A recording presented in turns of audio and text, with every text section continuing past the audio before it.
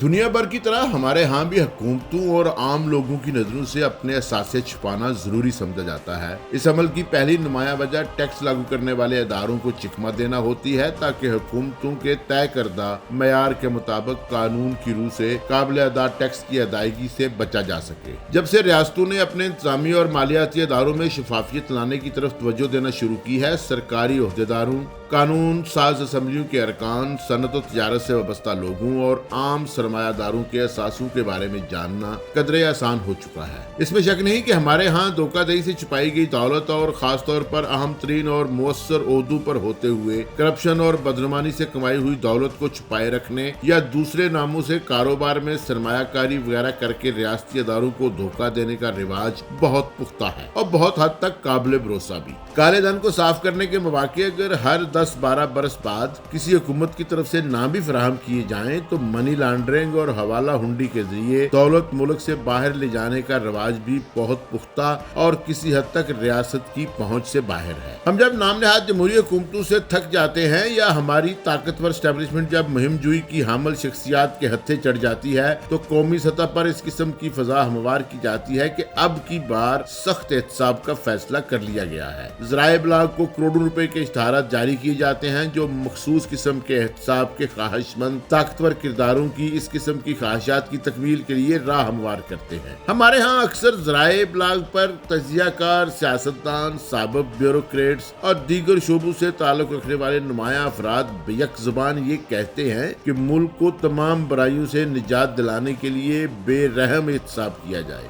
مسلسل بے رحم احتساب کا مطالبہ سن کر ہنسی آتی ہے کہ جو لوگ شفاف ٹیکس سسٹم قائم نہیں ہونے دیتے اور رضاکارانہ طور پر اپنے اثاثوں کے بارے میں اصل تفصیلات انکم ٹیکس کے اداروں کو فراہم نہیں کرتے بلکہ اپنے اثاثے چھپانے کے لیے ٹیکس چوری میں مہارت رکھنے والے افراد کو خصوصی ملازمتیں دیتے ہیں، وہ کس قدر دیدہ دلیری کے ساتھ قومی سطح پر بے رحم احتساب کا مطالبہ کر لیتے ہیں۔ کرپشن، بدعنوانی اور ٹیکس چوری جیسے معاملات پر آگاہی پیدا کرنے والے ادارے ہر سال اس حوالے سے ہماری قومی کارکردگی کی خراب صورتحال سے ہم کو آگاہ کرتے ہیں، لیکن برسرِ اقتدار حکومتیں ان اداروں کو دشمن ادارے اور ملک کے خلاف سازش میں مصروف کردار بنا کر پیش کرتی ہیں۔ ہم عوامی سطح پر کرپشن، بدعنوانی، ٹیکس چوری اور ضروری واجبات کی ادائیگی جیسے معاملات کے بارے میں سنجیدہ نہیں ہوتے اور عام لوگ بھی ایسے ہی راستے تلاش کرتے ہیں جن کے استعمال سے انہیں وقتی طور پر فائدہ پہنچتا ہے لیکن ریاست کو نقصان کا سامنا کرنا پڑتا ہے۔ مثال کے طور پر ریاست میں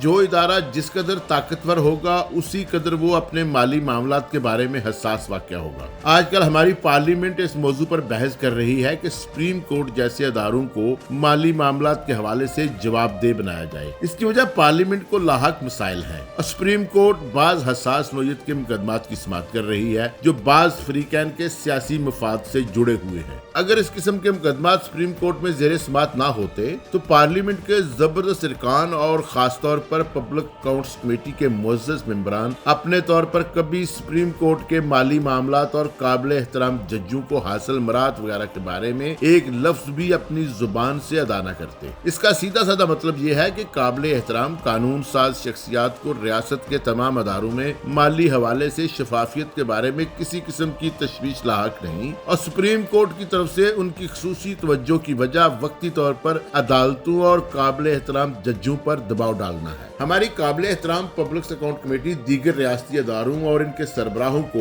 اس قسم کے مراسلے جاری کرنے کی بالکل کوشش نہیں کرے گی جو سپریم کورٹ ہی کی طرح کے دیگر ریاستی ادارے ہیں، اور ان کو بھی اس شفافیت کی لہر کے سامنے لانا اتنا ہی لازمی اور ضروری ہے جتنا سپریم کورٹ یا دوسری عدالتوں کو۔ برسر اقتدار سیاسی جماعتوں کے قائدین قومی احتساب بیورو سے بھی نالاں ہیں بلکہ سابق وزیر اعظم شاہد حقان عباسی عرصہ دراز سے قومی احتساب بیورو کے وجود ہی کو ختم کرنے کی مہم چلائے ہوئے ہیں، جس کی شاید اصل وجہ ماضی میں قومی احتساب بیورو کی طرف سے ان پر قائم مقدمات تھے۔ ان کا اصرار ہے کہ قومی احتساب بیورو صرف سیاستدانوں کا احتساب کرتا ہے اور اس کا استعمال ہمیشہ سیاسی انتقام کے طور پر کیا جاتا ہے۔ ہمارے سابق معزز وزیر اعظم قومی احتساب بیورو کے معاملات کو قانون سازی کے ذریعے شفاف بنانے پر آمادہ نہیں لیکن اس کے وجود کا خاتمہ چاہتے ہیں۔ کل کلاں کو یہ مطالبہ بھی آئے گا کہ بعض عدالتوں کو بھی ختم کر دیا جائے اور ہمارے تمام ادارے